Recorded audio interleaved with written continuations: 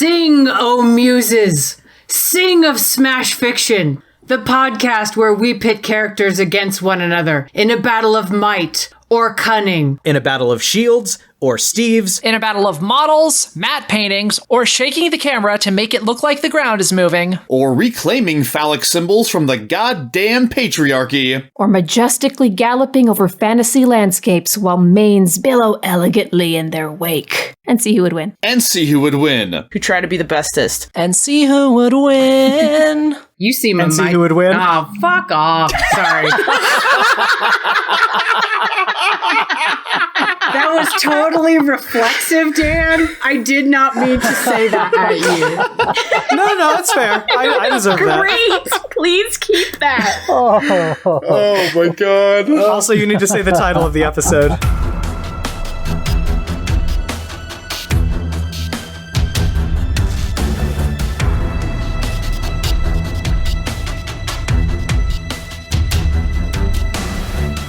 As we all know, Jackie Chan is one of the greatest stuntmen and martial artists of all time. He currently holds the Guinness World Record for most stunts by a living actor. But if you watch the outtakes for the Rush Hour movies, you realize that the mind-melting stunts that he performs require, understandably, dozens of takes. I get that this is a bit of a weird argument, but bear with me. His character, Chief Inspector Lee, with no planning or preparation, can regularly execute stunts like this perfectly on the first try. So Jackie Chan, who is possibly the real world's best living stuntman, has to try dozens of times to do something that Inspector Lee can do in one take every time. Wow. Wow. Okay. Starting off this way, are we? It's gonna be like that. It's gonna be like that. Let's do this. Strap in. He also participates in the final battle of the Black Gate. And I want to clarify that the book does not make clear that Gandalf actually fights this battle on horseback. So it is fully possible that Shadowfax made a heroic speech to the assembled armies, grabbed a sword, and started chopping his way through trolls and ringwraiths by himself. Fuck yes! The vampires you fight are basically strong humans with a severe diet restriction. They're super swole vegans, but not. The same cannot be said for Nico, who has so many issues with her family and past that she could start a subscription. Sorry. That's funny. That one snuck up on me. That's pretty good. Yeah, no, that was like a delayed reaction pun. It's one of those jokes like a samurai cuts you in half, and then you're like, that wasn't a joke, and then it was it? And then you suddenly fall over, you're like, oh, it was! That's right. Did you say that he has guns that do more damage against people with specific names? No, Miles, don't be ridiculous. He has claws that deal extra damage against people with specific names. Oh, I'm sorry. And over the course of the series, Xena has shown that she is indeed a veritable Palladium rulebook full of skills, which include archery, fire eating, knife throwing, singing, fishing, wolf taming, midwifery, escape artistry, lip reading, massage, marriage counseling, climbing, dice manipulation, tai chi, yoga, exorcism, pole vaulting, exotic dancing, making Dan lists, or get your high school diploma. Sorry, what was I doing? That is, in fact, what the Speed Force essentially is. It's like lightning science. Well, Speed Force is guy punching you. It's a lot of electricity. I don't know if you've seen the show. It looks like electricity when you punch him, but you're just punching him. But with the power of electricity, Sure. with whatever it was that Ben Franklin was horny about.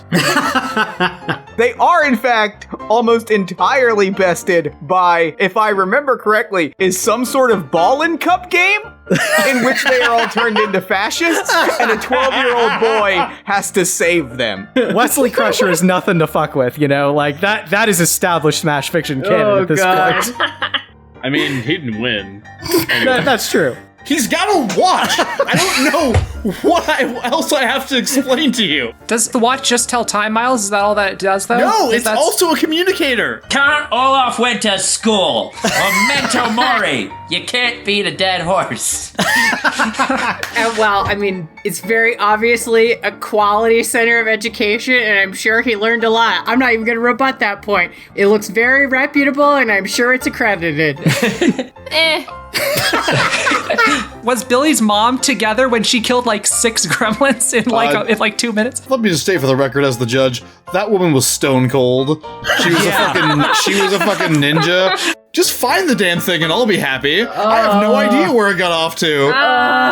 Let's see how good you are at being a werewolf. Oh, God. Miles, this is the worst. You know what? I was really happy at first, and It's then the it all just puns felt lightning round. It felt worse and worse. I don't think any of my references to this conspiracy theory have actually made the final cut of any episode, but this one will, because these birds aren't real, and you can learn more by going to birdsaren'treal.com. That is an actual website, and I strongly encourage all of you to visit it, because it's fucking hilarious, and also it turns out true. Introducing the third competitor, known throughout the bullshit industry as the master of the Brownward Spiral. Oh, you monster. Oh, I hate it. What would be a better name for the Bilbo Smog pairing? Like Billabong? I feel like that would be pretty Oh, good. no. Oh, no. Smilbo. Smilbo! No, that's Smog, I'd like to. that is infinitely worse. No, you're right. Smilbo it is. And Lucius is like, "Are you cold, Ned?" And Ned's like, "Yes." And then Lucius gives Ned his coat, and then Ned runs.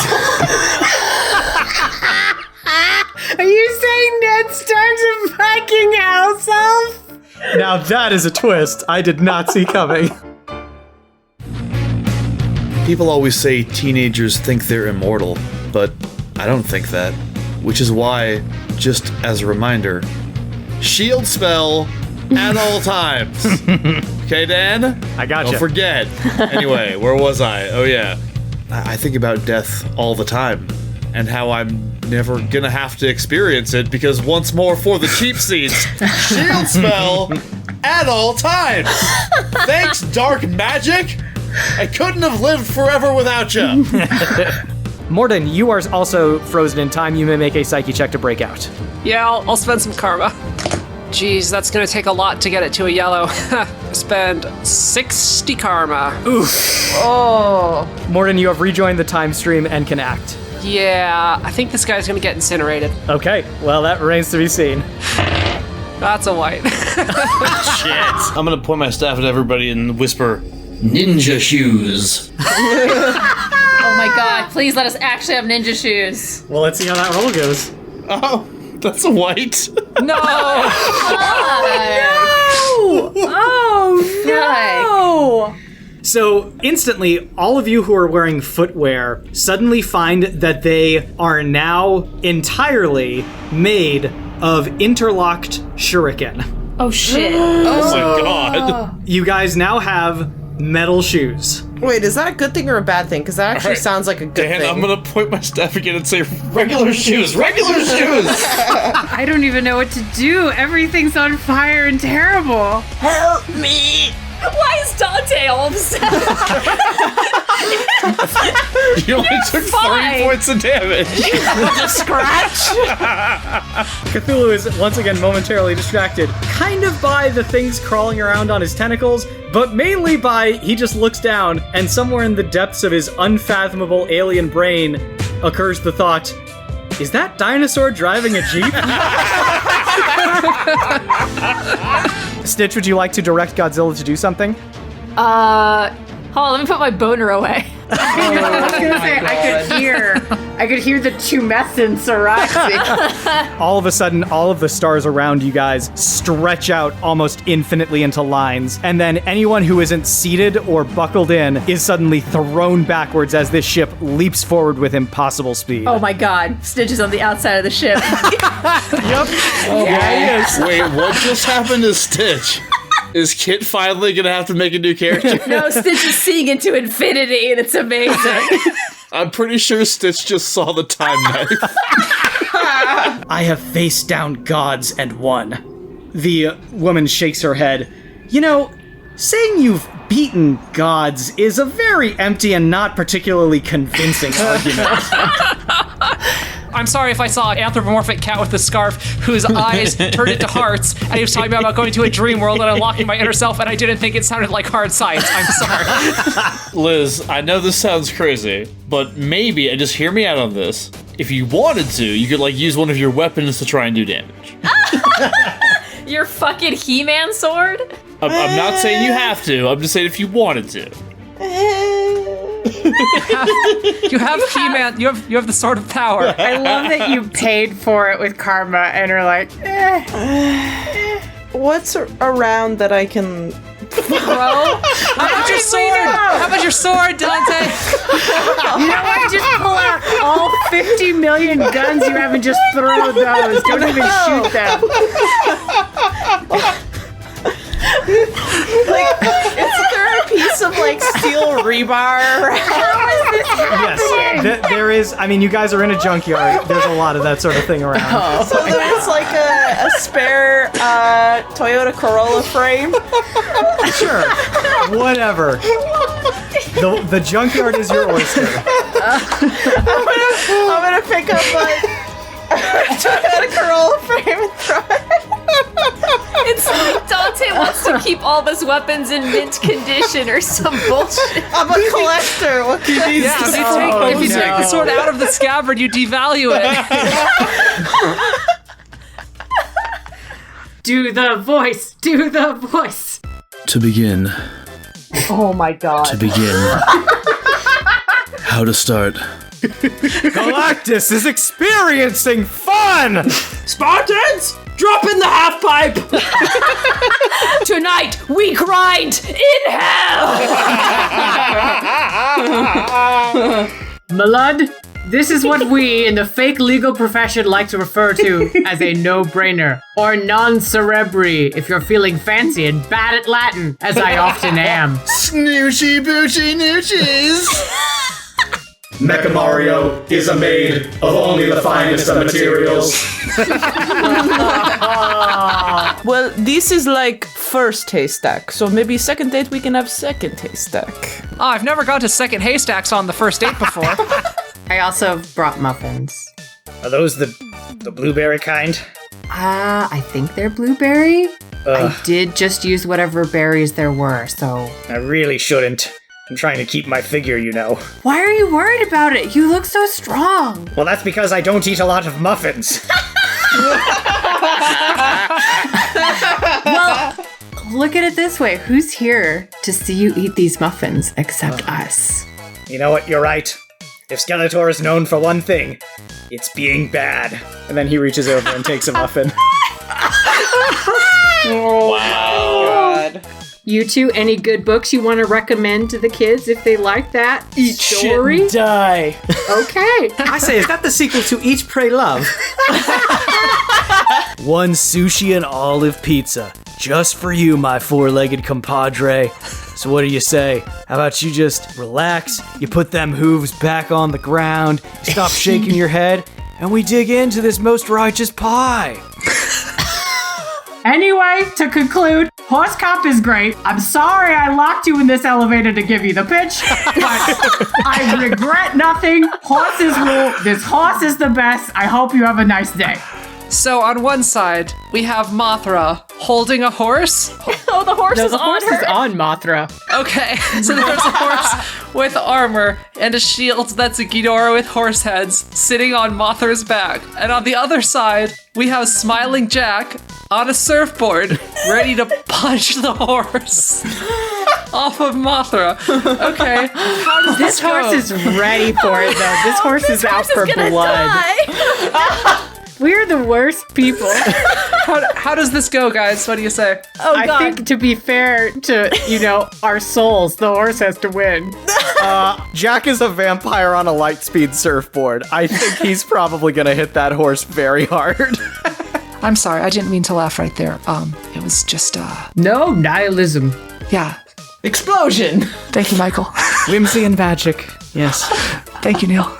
Death. Thank you, Werner. Who else have we got? Oh, the horse. Oh, the horse.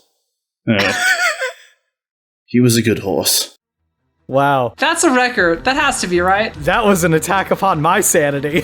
Time for the kid thanks. So, Seriously. y'all really trying to steal Claire's diadem, aren't you? I mean, I think we just snatched it. Yeah, you did. It is worthless and made of brass, I assure you. Now join me as I read a prayer from the book of Smash Fiction to mourn those now lost to us through their own boneheadedness.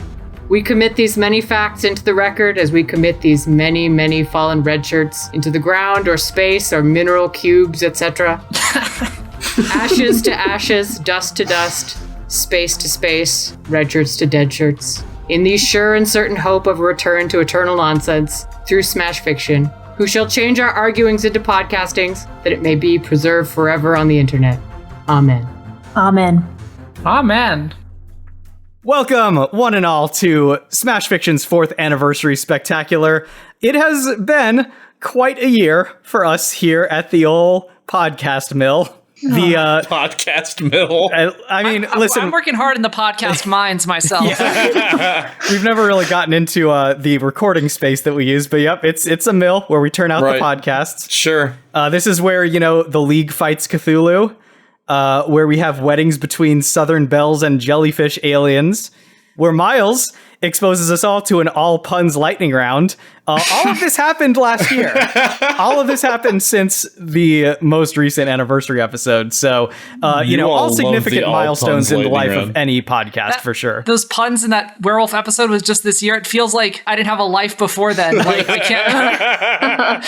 It's just, I can't remember a time before that. No, I mean, it haunts your dreams, and that's what it was meant to do. That's why I designed it that way. Oh, I just spent the last couple minutes trying to figure out what's my job at the podcast mill. I think I salt the podcasts. I preserve them.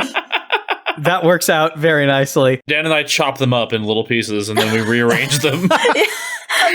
Throw out like 90% of every raw podcast. Yeah. Mm-hmm. Well, so I am here with 4 of the 5 co-hosts that I usually have.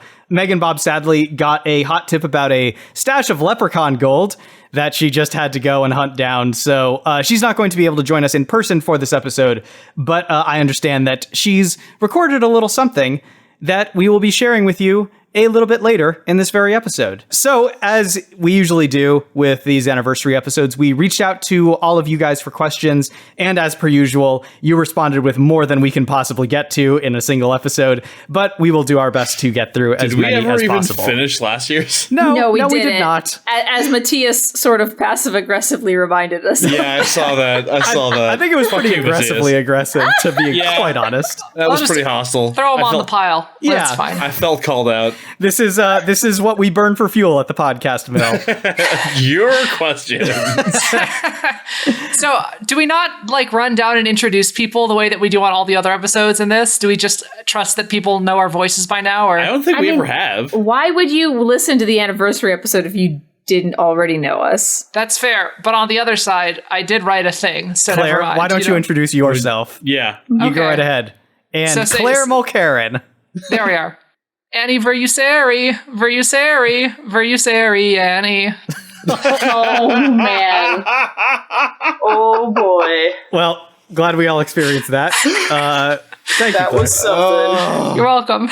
What was my life like before 5 seconds ago? Get back in the mind, Claire! Before we get started on these questions, though, I just wanted to let all of you listeners know that at the end of this episode, we will be making a major announcement about the future of the show coming up. So I very much encourage you to stick around for that.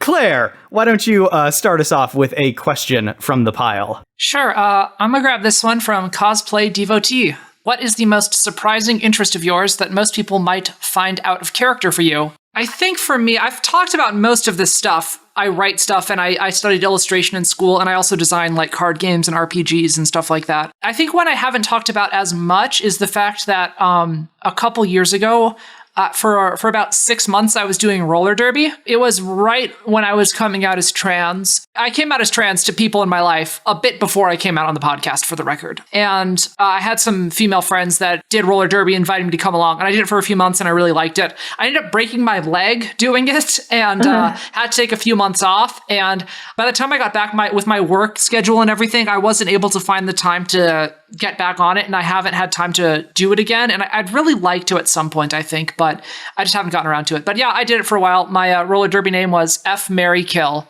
So So good. I like that a lot. Yeah. I feel like most of the stuff that I'm really into has probably already come up on the show and is kind of pretty standard nerd stuff. Most people know that I'm an actor, so my love of various playwrights probably won't come as a surprise.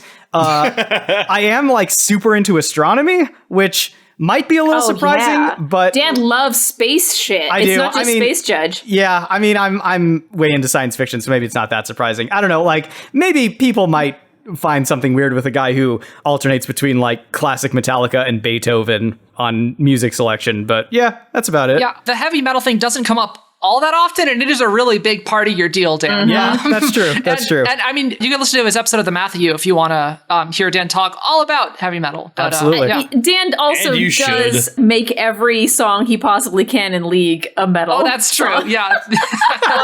I gave you all the clues, Mr. Policeman.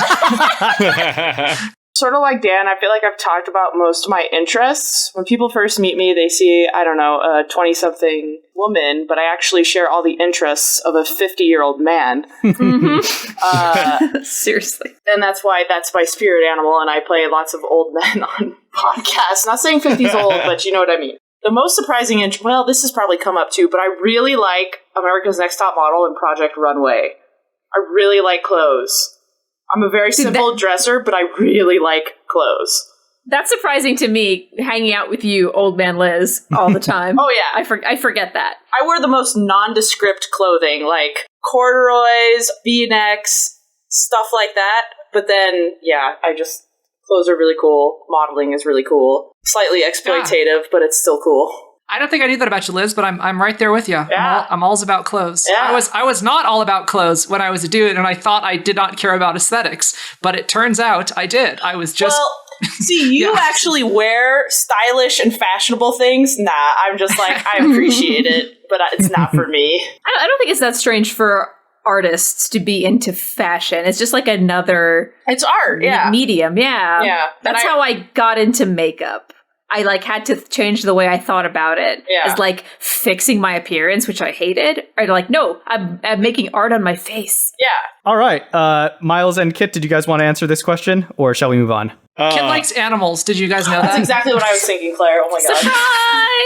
Surprise! Kit and I are probably the most online of all of us. Mm-hmm. So, like, in my case, I feel like there's not really much. Like, if you are aware of me in any way, and then you probably know all the shit that I like and the kind of stuff that I like. Yeah, you don't hide your light under a bushel, dude. No, not so much. The only thing I really have for this is that I don't know if this will surprise people or not, but just considering we do Extraordinary League, I consider board games far superior to role-playing games in every way. That's true. I feel like that's another thing people would immediately know about you. Yeah, probably not. I'm super into board games, and RPGs are something I really enjoy. League, but and I really enjoy like some of the smaller things I do now, but not nearly as much my thing as board games are. You really enjoy the game of Masks that I'm running for you right now, is what you're saying, I do right? enjoy. That's what I was trying to couch my words carefully, Claire, because I didn't want you to think that I wasn't enjoying your Mask game, because I am. But if Mask was a board game, I would be enjoying it more, is all I'm saying. So, Miles, are you like, do you know how to play Clue? Have you heard of that one? History has proven he's the only one who knows how to play Clue. Yeah, because apparently none of us I know enough to know that chess requires more intelligence to win than poker, so... Well, poker's not a board game, so moving on. Well, whatever.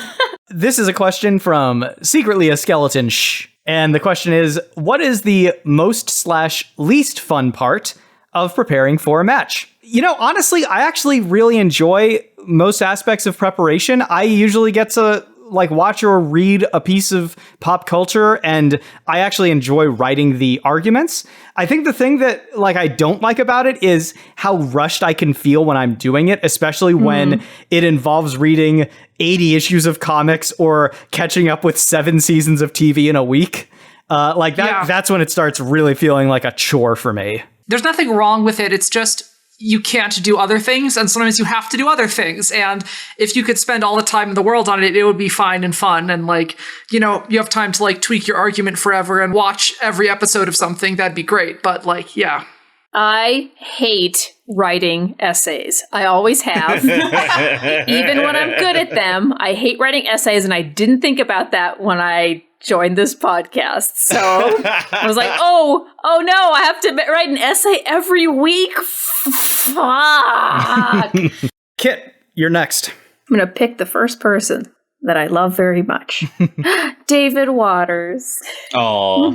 David Waters asks, when designing the various Smashes metafiction, what were some ideas that didn't make the cut? I don't think there were any that didn't make the cut, to be honest. Not that I can recall. I think we came up with 3 and we've done 3, right? I thought, Claire, didn't you have some others? Yeah, I had like 2 more actually. So basically I had a pile of half ideas, and then a lot of these things were like 2 ideas put together. Like for instance, us doing a no prep role-playing game is an idea. I thought there was a chance it could maybe be a game show or something like that. And then, doing something about shipping is another like half idea. And I put those 2 half ideas together to make Shipwrecked, But I have a bunch of other like half ideas, like, oh, maybe something like that. Like I had the idea that maybe one was going to be sort of like Surprise Party, but instead you'd bring like 3 characters and then we'd play various like Would You Rather or Fuck, Marry, Kill type games with the 3 characters we brought. I never quite figured out how to make the rules work. It'd be like each person would ask a hypothetical question, with your 3 people, and then everyone would have to answer with the 3 characters they brought. And I also thought there'd be a chance we could do one where we could just like watch a movie and talk about it, or to make it more Smash Fiction-y, maybe watch 2 different movies and talk about them in relation to one another. 2 movies that have some sort of, tangential relationship we could talk about. But none of the other ideas really came together. And the first 3 that we did, we all liked. So we're just kept doing those, I guess. Yeah. Yeah, I do recall there was some talk, sort of as you were saying, Claire, about us doing episodes that are more like free-form discussions about either like a particular character or a piece of media or something. We weren't able to like nail down a format that we thought was interesting, and it wasn't especially on brand with like this show, which has always kind of been about crossovers. So like those types of conversations ended up getting moved into the bonus content that we do on Patreon, particularly the stuff that Miles does, and then the Itchy Brains things that Claire did for a while. Liz, you want to grab a question? Yes. Adam Mayo asks us, this is a very long-winded question. It has lots of intro. With Evangelion, which I have no idea what it is, it's an anime. Oh, no wonder. Okay, with Evangelion having recently come out on Netflix and the influx of new people into that fandom, I've noticed something not so great about myself. A base impulse to gatekeep and correct newcomers to the series. Have any of you had any old, venerable franchises experience a renaissance that causes your redditor of a shoulder devil to try compelling you to lord your fan seniority over others? All right. It's not that I necessarily lord it over others, but there's one thing that really does make me upset that's happened recently. When Disney took over Star Wars and erased all the previous canon that was built up. What do they call that? The expanded universe. When they erased the expanded universe, because they got rid of one of my favorite fucking characters of all time, who actually stole the Death Star plans, Kyle Katarn. Again, older bearded man. And he was great. He was great. Dark Forces 2, Jedi Knight, Jedi Outcast, Jedi Knight, Jedi Academy, and actually I think it's Jedi Knight 2. But anyways, fantastic games. Jedi Knight 2, Jedi Outcast has some of the best realized lightsaber combat in every single Star Wars game ever. Honestly, I encourage you to find it, pay for it, play multiplayer, challenge people to duels. You can have any kind of lightsaber you fucking want. You have light styles, medium styles, dark styles. When they got rid of all of that, I was like, you guys have no idea what you have been missing, and what a fucking shame. I mean, they didn't get rid of the games, Liz. It doesn't matter. It was part of the whole thing. He was one of Luke Skywalker's best friends. Luke Skywalker kept his lightsaber for him while he was struggling with the dark side. It's a great story! I'm sorry for your loss, Liz. That sounds terrible. I personally shed no tears for the expanded universe, but I understand why people do. In terms of Adameo's question, I feel like I may have been a little Gatekeeper fan when I was younger, like in high school maybe. And Kit can probably let me know how accurate this is. I think I'm fairly okay about being welcoming to people joining fandoms that I'm invested in. I think you really are. I think we've had discussions where we talk about people who clearly are like just talk down to people who are getting into the thing. I think you're better about it than I am. I think my thing is that I can sometimes get a little too overexcited about stuff, and then I end up talking people's ears off about something. So you mean like what I just did? Agreed. It's like I didn't even answer the question. I was just like, I really like the expanded universe. The thing I do this a lot with is probably the most is tabletop RPGs. Because I love tabletop RPGs, but I don't really like Dungeons and Dragons. And pretty much anytime I'm having a conversation conversation with someone who's just talking about D&D and not using the term like tabletop RPGs and just acts like D&D is the only RPG that exists, I feel like I need to actually them and be like, there's a lot of other ones and they're very different and they're very good and they do a lot of things that D&D doesn't do very well. And like, Claire, that's not gatekeeping. That's just being a hipster. I know, but it's more like I try to be like welcoming and like let people in. And so I think that's the good side of it, which is not like gatekeeping, but like, hey, there's these other gates. Go to that. There's a lot of other gates. Go into these ones too. Like, don't just go in this one gate, I guess. Is that the metaphor? Or I don't know. It was a loose metaphor to begin with. It works. I try to be good about it. I'm certainly better about it now than I have been in the past. I think probably I was going to say, thank you, Liz. Yes, Game of Thrones is probably the best example for me. It's not exactly an old and venerable thing experiencing a renaissance, but now more than ever, I will absolutely talk down to people who enjoy the show. I used to review the show, so I got a lot of people like coming at me about like fucking, oh, you just want it to be just like the books. You just think everything in the books is better. And I'm like, no. There are some things in the show that are better, but then there's everything else, like the entire rest of the series, so fuck off. Some stories are better in one format than the other. Game of Thrones, I think, is one of those stories. I mean, Game of Thrones is very, very well suited to a long-running, episodic HBO show. And in the hands of anybody competent, it would probably have been the classic that some people actually think it is. Then we couldn't get 2 pages of food. Certainly that its creative heads thought it was. Read the books if you want descriptions of food and sex, because the books have about twice as much sex in them. I mean, look, I don't know about your interest in life, Liz, but food and sex are like top 5 for me. So. That's what I'm saying. Go read the books. If you like the show, go read the books. Yeah, go read the books. They're better. On that note, hi, I'm Kit. I think if a story starts as manga, it's better than the anime. The manga is better than the anime. So, which is why the best anime of all time is Kill la Kill. Yeah, because that's how it started, right? Yep. Yeah, my favorite anime, Outlaw Star, started as an anime. So there you go. Miles, why don't you take the next one? I had this question from Cosplay Fiend, who wanted to know what our favorite match format was, and I'm just interested because I feel like, is it the 4-way for everyone? Do you think he means that, or is it being episode format? Is it just like... He said match format. Yeah, he said match format. I mean, we can also answer episode format, but he specifically said match format. I mean, I think the 4-ways are the best thing we do consistently. Like there's not really a bad 4-way episode. Cage match, best ever. Yeah, I agree. I mean, exactly. That's what I'm saying. Yeah, I like the 4-ways a lot. I have to say, one of my favorite like match setups that we've been doing recently is one where we take the well-known storyline of one of the characters and then we inject the other character into that story as the antagonist. So like we did that with like Freddy Krueger versus Inception and John McClane versus Gremlins. I find those really fun. Like, they're hard to pull off because usually we do 2 people who are the same kind of character, but when they're different, but they do that thing, you're like, oh man! Like I think one of the first ones we did of those was like Judge Dredd versus V. You know? Yeah, for sure. I think we've talked about this before, but the matches in which the characters are more complementary and less identical are always better. I think. Can you think of like one in particular as an example? I mean, my go-to is Wander Cthulhu. Oh, sure, that's a good one. Yeah. I know you said match format, but my favorite episode format, Shipwrecked. Shipwrecked is my favorite thing to do. Mine's collaboratory, because I like writing and stuff. Yeah, I'd probably go with Surprise Party. Wow, I'm Extraordinary League, so we're just all over the map on this. Yeah, Extraordinary League, 100%. Oh, maybe that's the right answer. I don't know. Surprise Party, I'm good. I'm set where I'm at. I do enjoy Surprise Party a lot.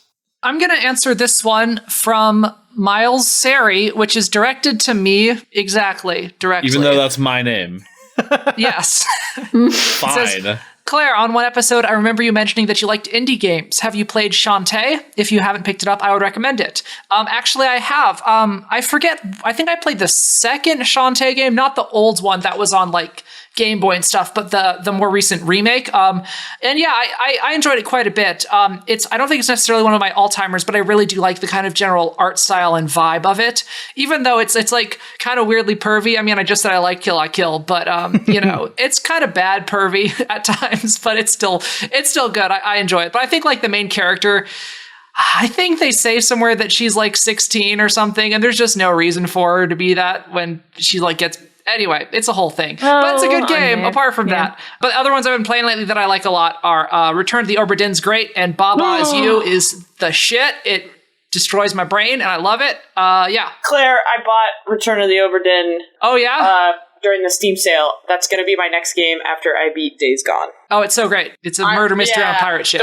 I'm so excited. I'm so excited to play it. This next question comes to us from Peyton, who asks, 100 duck-sized dooms or 1 elephant-sized Batman? This is a real head-scratcher, y'all. I think that the 100 dooms would immediately start fighting amongst themselves about which one was the real doom.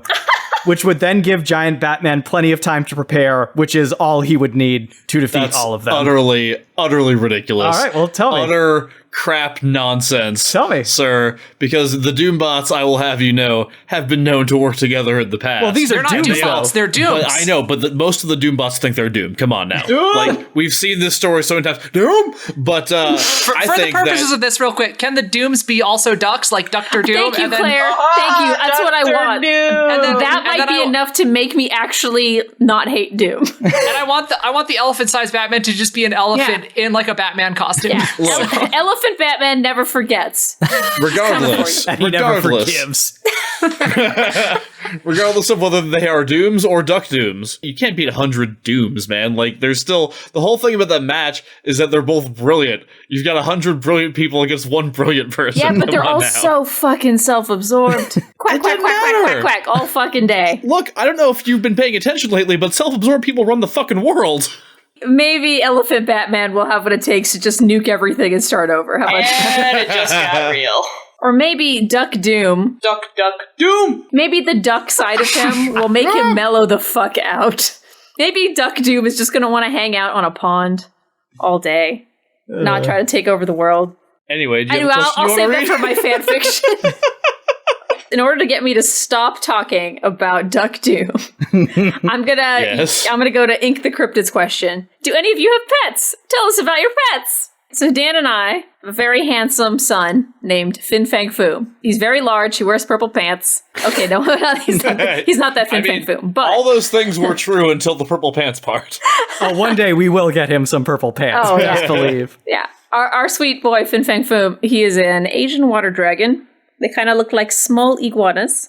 We also have a leopard gecko named Ashardalon after one of the D&D red dragons. And then we have a tank with some shrimp and snails in it. And then I have a cockroach colony that I feed to my boys. And they're not really pets, but I take care of them. Kit also does treat every bird in our neighborhood like her children.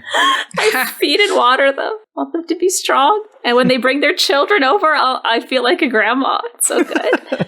I have crickets, cockroaches, spiders, black widows that all do not pay me rent. Sneak into her house. She's got feral cats banging on her fucking feral backyard. cats. I mean, look, possums, raccoons. If you can get you a pet that pays your rent, I want to know where that store is. Coyotes. My neighborhood is a zoo. I have a dog named Wraith. He's very large. He's 65-pound pit bull mix who is under the delusion that he's a lapdog in a really like unbreakable way. And then we also have a snake named Apophis. He's a ball python. And so yeah, he's also very cute. He just ate today. He was very hungry because he was on a hunger strike for like 6 months. So. Yeah, sounds like ball pythons. Yeah, it does. Miles, I demand a picture of your dog because I don't think I've ever seen a picture of your dog. Oh, I have so many pictures of my dog. I will take one for you. He is very sweet, and he does not understand the concept of personal space. No, not in any way. Not in any way, shape, or form. My question I'm going to read next is from Kosuke Takahashi. To satisfy my curiosity as a chef, what would be your last meal? To clarify, no, you're not being put to death. No, you're not super old or have massive dietary restrictions. Thank goodness, because I would probably eat a 5-pound slab of tri-tip as my last meal with corn on the cob, coleslaw, baked beans, and a bread roll. You are a 50-year-old man inside, as has been established. Damn it! And a glass of bourbon, obviously. Clearly. Which I'm also drinking right now. No dietary restrictions, you say? Oh, I'm gonna kill myself with cheese. I'm lactose intolerant, so I really gotta like hold back. But no, I like cheese smothered scallops. You do love cheese, Kit. I love cheese. You I always love cream. bring cheese. I'm gonna pour some condensed milk on that shit, because why the fuck not? Can we talk how when you come to my house, you demand to know where my aerosol whipped cream is? Do we have to put me on blast like that? Sorry. I love cream. I'd probably just have like a wheelbarrow full of sushi. Yeah. Sushi. I'd probably end up with some fugu. So Kosuke can fucking make some. Does Kosuke make sushi? Yeah. Oh man. Well, yeah. I'd probably end with some fugu. You know that pufferfish sushi that like might actually kill you. Because if this is my last meal, like I kind of want to know what it tastes like. So yeah, it's true. My initial answer, which struck me as very correct, was a #1 breakfast burrito from the Nico's on Fort Lowell and Campbell It's the area. best one. Yeah, You're so basic. Here in Tucson. But what I realized after I thought about that was that actually there is one breakfast burrito better than the one they make at Nico's, and that is the one that I make myself at home. So I would demand access to a kitchen, at which point I would make an amazing breakfast burrito using, first of all, a goose egg, not chicken eggs. I would get some like onions, some peppers, some jalapenos, give me some green chilies, a lot of cheese in there, cook up some good potatoes, season them up real nice, get those in there, get some bacon, sprinkle bacon throughout, and I would make my own. I used to make massive fucking burritos, was like one thing my roommates used to make fun of me for. So yeah, and then the piece de resistance is the green hot sauce from the Nico's on Fort Lowell and Campbell in Tucson, Arizona, because it's the best hot sauce. I really enjoy seafood a lot. One of my favorite meals of all time is fish and chips. For a last meal, though, I'd probably go with like lobster. I really love lobster. I have it like once a year pretty much, and it's, the best thing ever. Probably with some like, asparagus, and then multiple types of potatoes on the side, like, mashed potatoes and French fries and like everything, just because I love me some potatoes. Yeah, those Mulcarans, American Irish, need their true. potatoes. Yeah, we love potatoes. And then a bunch of cake afterwards, because I love cake. Also, I would definitely have that bourbon you were talking about. Oh, yeah. Cheers. Well, since Claire went ahead and found the one questions that was solely directed to her, I'm going to go ahead and answer the question that was solely directed to me, which was asked by Pizamon, who wants to know, this one is just for Miles, is there any anime that you actually liked? Maybe watch Cowboy Bebop. I've seen Cowboy Bebop, and it was good. I very much enjoyed that show for the most part. I don't really have super strong memories of it, but I remember being like, oh yeah, that show was good, let's watch the movie. That was somewhat less good, but you know what, it was fine. So yeah, there have been some anime that I've enjoyed. I've been known to occasionally I can't think of any right now. Some of your best friends are anime, is that what you're saying? Man, I watched that Berserk shit for a while, and I was kind of into it, and then the way it ended, I was like, oh, I'm scrubbing that from my brain. Yep. I was never into it. Nope. So that was one that I was into for some time. Miles, obviously you're forgetting about Inuyasha, your favorite show ever. Oh, right. Yeah, totally. This is one from Vander Turner. If you could create a hero in the MCU, who/what would they be and why? Yay, Vander Turner!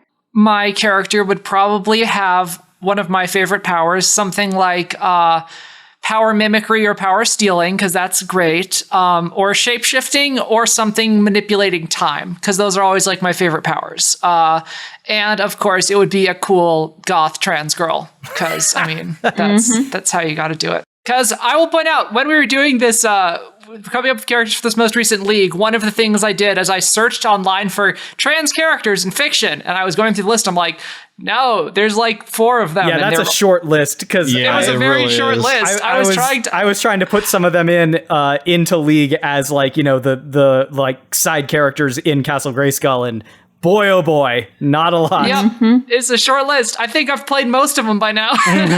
Speaking of more characters I want to see, I want to see more bi and pansexuality properly represented. I want to see more gender fluidity, or like agendered. So who would your gender fluid pansexual character in the MCU be, Kid? I also love all the animal powers, and that doesn't seem to exist in Marvel yet. There's like 2 in DC. Why? Vixen needs to immigrate over to Marvel, is what it Your is. character kit is Animal Them? Animal they. You don't really create heroes, in the MCU. You just like adapt existing IP. Yeah. But if I could have one wish regarding the MCU and myself, it would be that just give me creative control for however you're gonna do Doom. That's all I want. Just like I will tell you how to do it. I will tell you how to do it. I want to see the future and the Doom they're definitely going to bring to the MCU, and I want to see your thoughts. That is definitely happening now, and I am excited and also very nervous. Can I take a guess, Miles, as to what you would do with it? Well, yeah, go ahead. You make him a duck, right? Like, obviously, you gotta make him a duck. Of course. Now, oh my god, I have to throw out a reference to my podcast. The diehards will love it. I love that your path to fame is step 1, get a high-powered executive decision-making position in Marvel Studios. Yes. So you can promote your podcast. Yes, absolutely. All right. What else would you want one for? Yeah, sure. I'm going to take a question from Stupid Sexy Ian, who says, I am loving Shipwrecked. Now that you're a few episodes in, are you going to have rules for entrance a la surprise parties, nobody of Superman level power, such as no entrants who won't fit inside a Pacific Rim style Jaeger? Never. Yeah, I mean, that particular ship is kind of already sailed. Yeah. So, okay, here's the thing about closing that. the gate after the barn door after the horse is gone. Throughout the course of Shipwrecked, up until then, there was no character anyone had did who would not fit inside a Pacific Rim style Jaeger, and then y'all busted out 2 enormous characters in the same match, and I'm like, and it's the best. That shit was fucking wacky. If Claire tries to make rules, I'm just gonna find a character that goes around those rules. Like, I'll bring in Airbud, and then all bets are off. Yeah, one thing was like a character you're okay sexualizing kind of, I think, is one of the few rules. So like it got a little weird with Stitch, and his dates just became sort of non-sexual. But I mean, Shipwreck's supposed to be sexy time, so like that's probably the only rule moving forward. It was fine feels with too him, much like a little kid. Yeah, I brought in Stitch for that weird joke. Because you have no respect for the actual game, Kate. Yes, we know. Rafael Medina asks, does Dan maintain a list of his top lists? If so, what are they? Lies acceptable.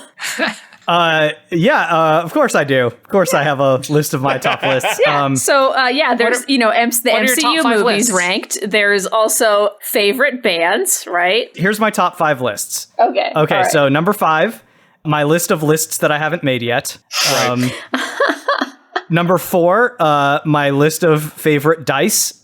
You better believe that the D4 is at the bottom of that one. That D12 though, right? Is that the number 1, Dan, or what's I don't want to spoil the list, but the D12 has the D12 has a very respectable showing. It's got to be D20. I will fight you. Number 3, list of favorite weird insults that people have yelled at me throughout my life. Number 1 on that list is Dream Ruiner. And that is not a lie. I mean, none of this is. None of this is. Number 2 is this list right here that I am saying, my list of favorite lists. It's got to be hard to be second place in yourself, but, that's the way it goes sometimes. And then number 1, turns out that the real list was the friends I made along the way. The real best list was the lists we made along the way? Yeah, that's right. That's right. How sweet. That doesn't even make sense. Yeah, none of this makes sense.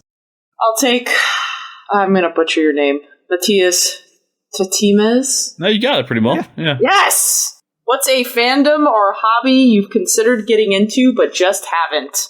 And what's stopping you? I have a lot of hobbies. So that's what's stopping you, is you don't have time. That's what's stopping you, but from getting into what? I like motorcycles. I have one. But I would really like to get into off-road dirt riding, but that would mean I would need to buy another motorcycle. Just for that. Yeah, so that's why. Cost prohibitive. Maybe one day. As of Right now, I still have not read Saga, and I plan on it, but I want to wait for it to all You come out. haven't? I have not. Wow. I don't have a lot of time to read comics in general, so I'm like, well, I'll just wait for it to finish coming out and do my other hobbies in the meanwhile. By the time it comes out, there's going to be some weird thing that comes out about Brian K. Vaughan. He's going to be canceled, and you won't be allowed to like him anymore. So you got to get while the getting's good. That's how it is with all these people. You knock on wood right now. Knock on wood. Thank you. I mentioned earlier my love of board games, and that extends to like card games and stuff.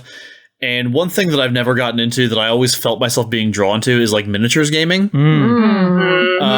It's just talk about expensive. Yeah, and I went down that road with Magic for a while. Yeah. And like it's just not good for me. And with minis, not only do you have to buy them, but then you have to paint them. Yeah, that's fun. And like I can't I love that shit. I can't do it. I cannot justify either the time or the money spent for such a thing. The closest I've come is, I don't know if any of y'all ever played Blood Bowl, but it's the best game ever. That's the like fantasy football game, right? Like literally like fantasy it's a football yeah. game in a fantasy setting. Yeah. It's in the Warhammer 40K setting. Yeah. Miles, have you ever played a Total War game? Because What do you I am mean? obsessed with Total War Warhammer too. It's a video game version of Warhammer. I don't Yeah. know. I don't play Warhammer, Liz. I'm sorry. I feel like Miles would hate Warhammer. It's kind of like the opposite of Hope Punk. Yeah, Warhammer as a setting is garbage. Like, I mean, no offense to anyone who loves Warhammer, but it's garbage. You all know it's garbage secretly deep down inside you. But the lizard men have giant T-Rexes that Here I am destroy answering that everything. question from earlier again, but it's not really my thing. But Blood Bowl is like, it's just a football game, and you all have all these cool powers, and you have a team of like 11 to 18 people, and you just, that's the entire number of minis you need. So that is the closest I've come to actually getting into miniatures gaming. I really like to learn to play an instrument at some point in my life. Claire, come to my house. My goal would be the theremin, if I could choose any, just to be a weirdo. And also, I mentioned that I was into roller derby earlier, but I wish I could get back into doing like a physical hobby that I did on a regular basis, just better for like health. And I just enjoy being physical when I can. I used to do martial arts. I actually did like Japanese sword fighting when I was in high school and stuff like that. Batudo was the martial arts form that I did.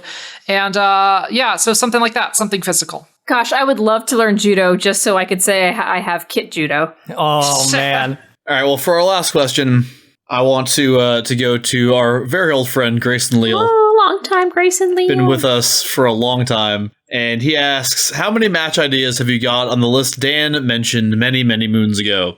How many match ideas? Dan and I both have an answer for this. I'm curious if we have the same one because we use slightly different methods to determine it. Dan, how many did you come up with? So the list in question is 25 pages long. I counted 843 match ideas on it. Oh my 843? God. Yes. My God, you have more than me, but I believe you. How many did you have? I came up with 829. Oh, wow. There's some shit missing, though. Okay, yeah. I think your method was more scientific than mine. I mean, in either event, the answer more or less is a shitload of ideas. Yeah. So y'all don't feel like personally offended if we don't pick your match. The statistics make it so that it's 850 in that neighborhood. Yeah, so is the answer. We have, but and like I think most of those are fan suggestions, right? Oh yeah, a huge majority are fan suggestions. Yeah. So that brings us to the end of questionings, which then means it is time for our big announcement. Looking ahead at the schedule for this show, we currently expect to hit match number 150 the second week of January 2020. The episode after that will be Smash Bash 3. Sometime around then, maybe a little earlier, maybe a little later, the Extraordinary League storyline will be wrapping up and that campaign will be coming to a close. So once all three of those things are done, so match 150, Smash Bash 3, and the end of Extraordinary League, that will also be the end of Smash Fiction.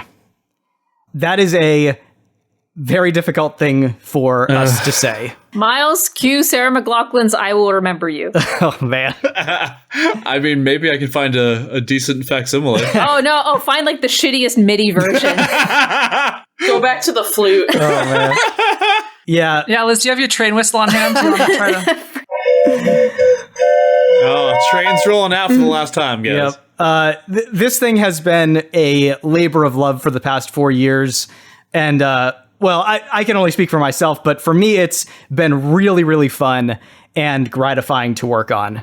I feel like I'm in a good place with this show right now, but it's also a lot of work and effort for a lot of different reasons. And for me, I kind of feel like if it goes on for too long, then I'm going to stop being in a good place with it. And I'd rather, ensure that it keeps being good, while it can be. It was a lot of fun. And more than anything, I'm really glad for the relationships that I've gotten to build with all of you amazing listeners that write into us.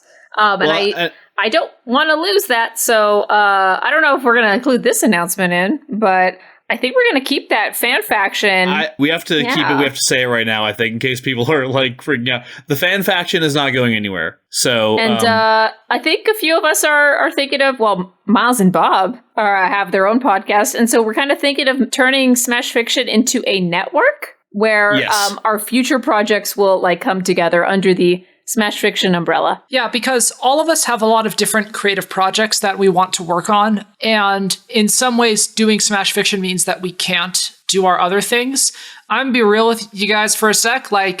If this was paying the bills, then maybe keep doing it forever. But it's not. It's just a labor of love. And so at that point, all TV shows and everything has an ideal number of seasons before you kind of want to end it. Not all entertainment should be perpetual, I'm really sad about this because I'm really going to miss the show, but we're all going to be doing different creative things on the internet. Some of us are going to be doing podcasts. We're going to kind of split up into different little subgroups and do all sorts of stuff.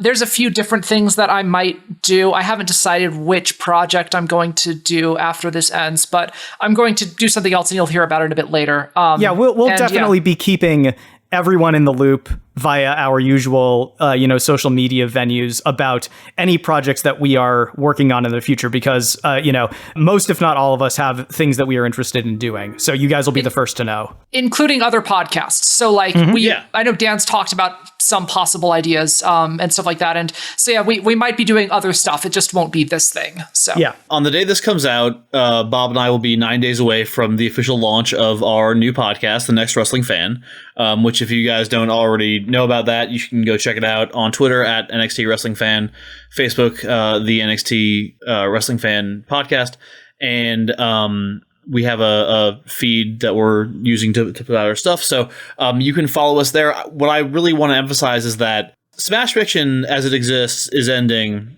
but we hope that the community that we've built is not. You all have heard us talk about how it's an extremely intensive, work-heavy show to put together. It takes a long time to consume the media that we use for the show. It takes a long time to write arguments. It takes a long time to record, and it takes an extremely long time to edit. And we don't want that quality dropping at any point. And because we, despite all semblance of reason, have not taken a break and have not missed a week in 4 years...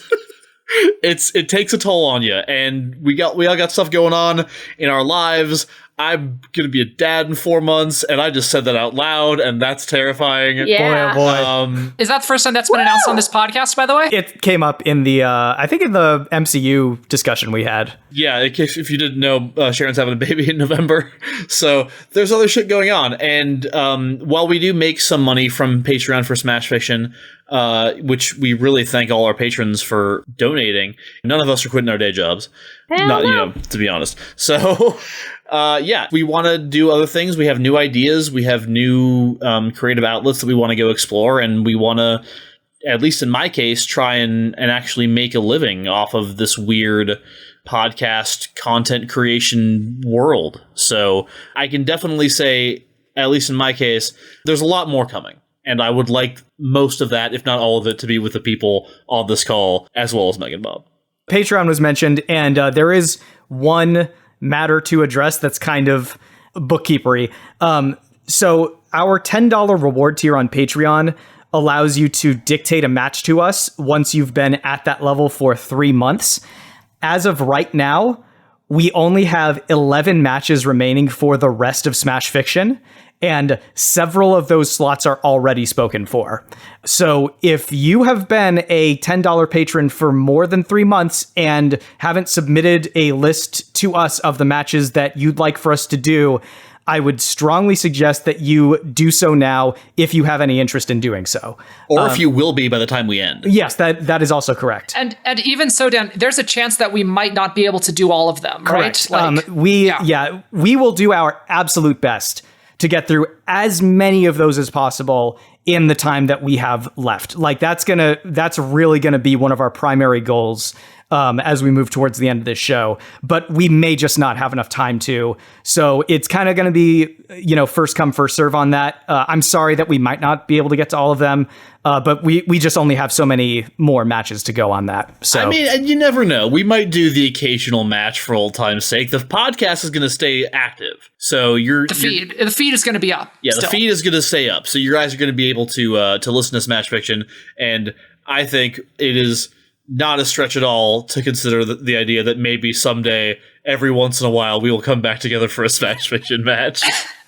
Yeah, maybe we decide we want to do a cage match or something. Yeah, you dude. never know. There's so many cage movies. We got to keep doing it. Yeah, there might be things that still drop on the feed from time to time. It's just not going to be, so. Yeah. Liz, did you have anything you wanted to say? I know you're the one who's probably going to be piecing out the hardest when all this is done, but I am along for the ride. I would love to write music for any of you. All right. And obviously you guys are very close friends of mine, so maybe I'll pop in a few of your creative adventures. Sure. Liz, will you come to the wrestling podcast? Yes. Okay, good. So I think that's about it for now. We'll have more announcements coming down the pike. Yeah, absolutely. We'll let you guys know what's going on. And even though this show is going to be coming to a close, we have no intention of letting up in terms of, quality or release schedule or bonus content or our interactions with all of you. We're going to do our best to go out strong because, frankly, that's what all of you guys as listeners deserve. Absolutely. You're amazing. You've made this whole show worth it. Like, you're the reason that we've been going for 4 years.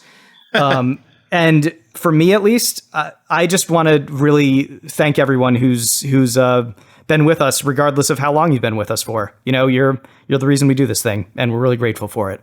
Yeah. Thank you, everybody. everyone. Thank you so much. We love you guys. Really. Yeah, really do. Seriously. I'm really sad to be saying goodbye to this show. It's been, as you guys might know, I've had issues with like depression. I have issues with like executive function and finishing things, and I really like doing creative things, but I have a hard time doing it by myself. And having all of you people here on the call with me, all of my co-hosts helping me out, it's been really good to get me to finish stuff and write stuff. And then also having listeners who write in and tell me that they enjoy the things that I do is very good for my mental health.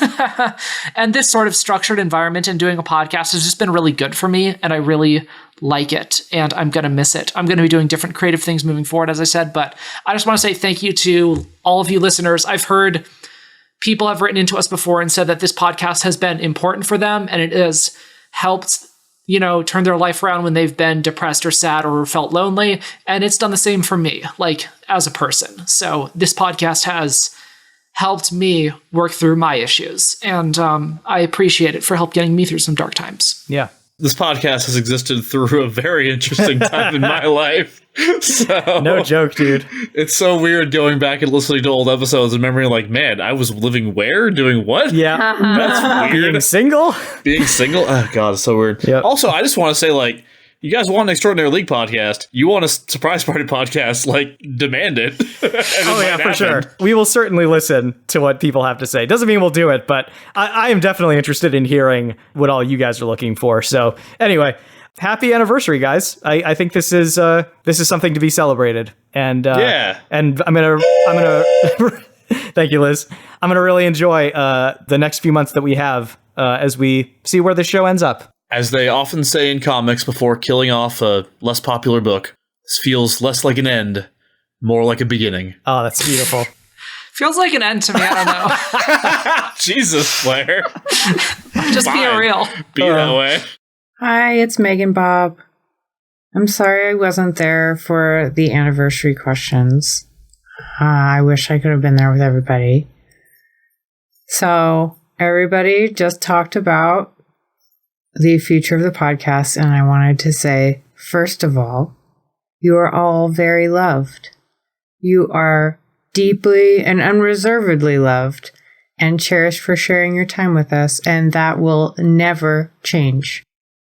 None of us are going anywhere. We will still definitely be around to annoy you with our goofy posts and grade A puns.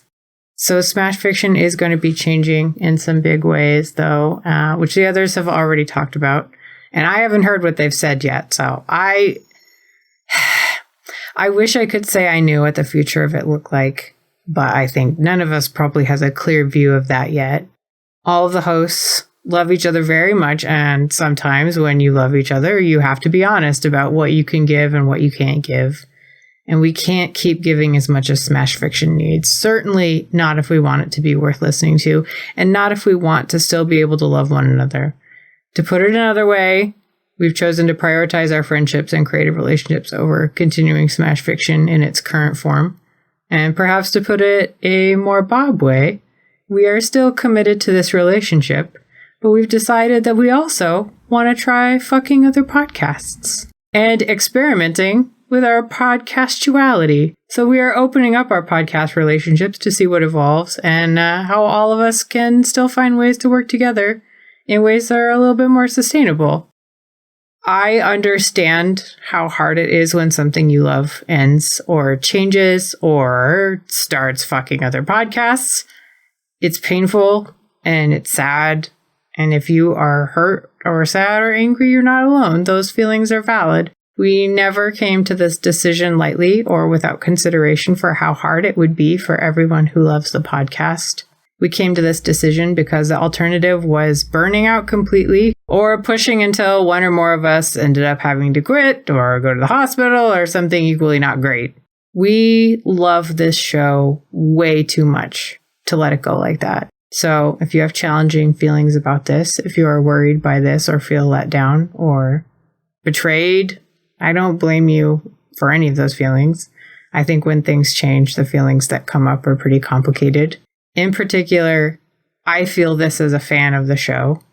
And as someone who came to the show a year after everyone else, Smash Fiction is my first lots of things. My first time doing audio, my first time being exposed to lots of things like She-Ra, He-Man, Barbarella, Yuri on Ice, Doctor Doom, kind of the reason I even read Squirrel Girl, reading any superhero comics ever, and of course, role-playing games. You have all welcomed me into the world of Smash Fiction with so much kindness and support, more than I could have ever imagined. You've let me learn how to play RPGs and to be Luna Lovegood and to write League fanfic. Smash Fiction has given me so much. You all as listeners have given all of us so much. Even if we are all still continuing to work together on creative projects, this is a hard change to accept, and I personally have struggled with the sadness I feel about this shift, but I know that the Ohana of Smash Fiction is still there, and that isn't coming to an end. And for me personally, I'm not even prepared to say that this is the utter end of Smash Fiction podcast. I think we'll still get the band back together for the odd project, because we're still committed to one another, even if we have opened up the relationship, even if maybe we're in and out of one another's creative beds more than we have been. We will still make strange and weird things. We will still cast pods. We will still be on the fan faction. And most importantly, we will still love you. You're all really great and special. And I feel so grateful to have gotten to meet all of you through this podcast. So thank you for everything you have given and shared, and your time and your passion and your wonderful, strange posts that give me so much joy. Don't worry, we'll still be around. A lot.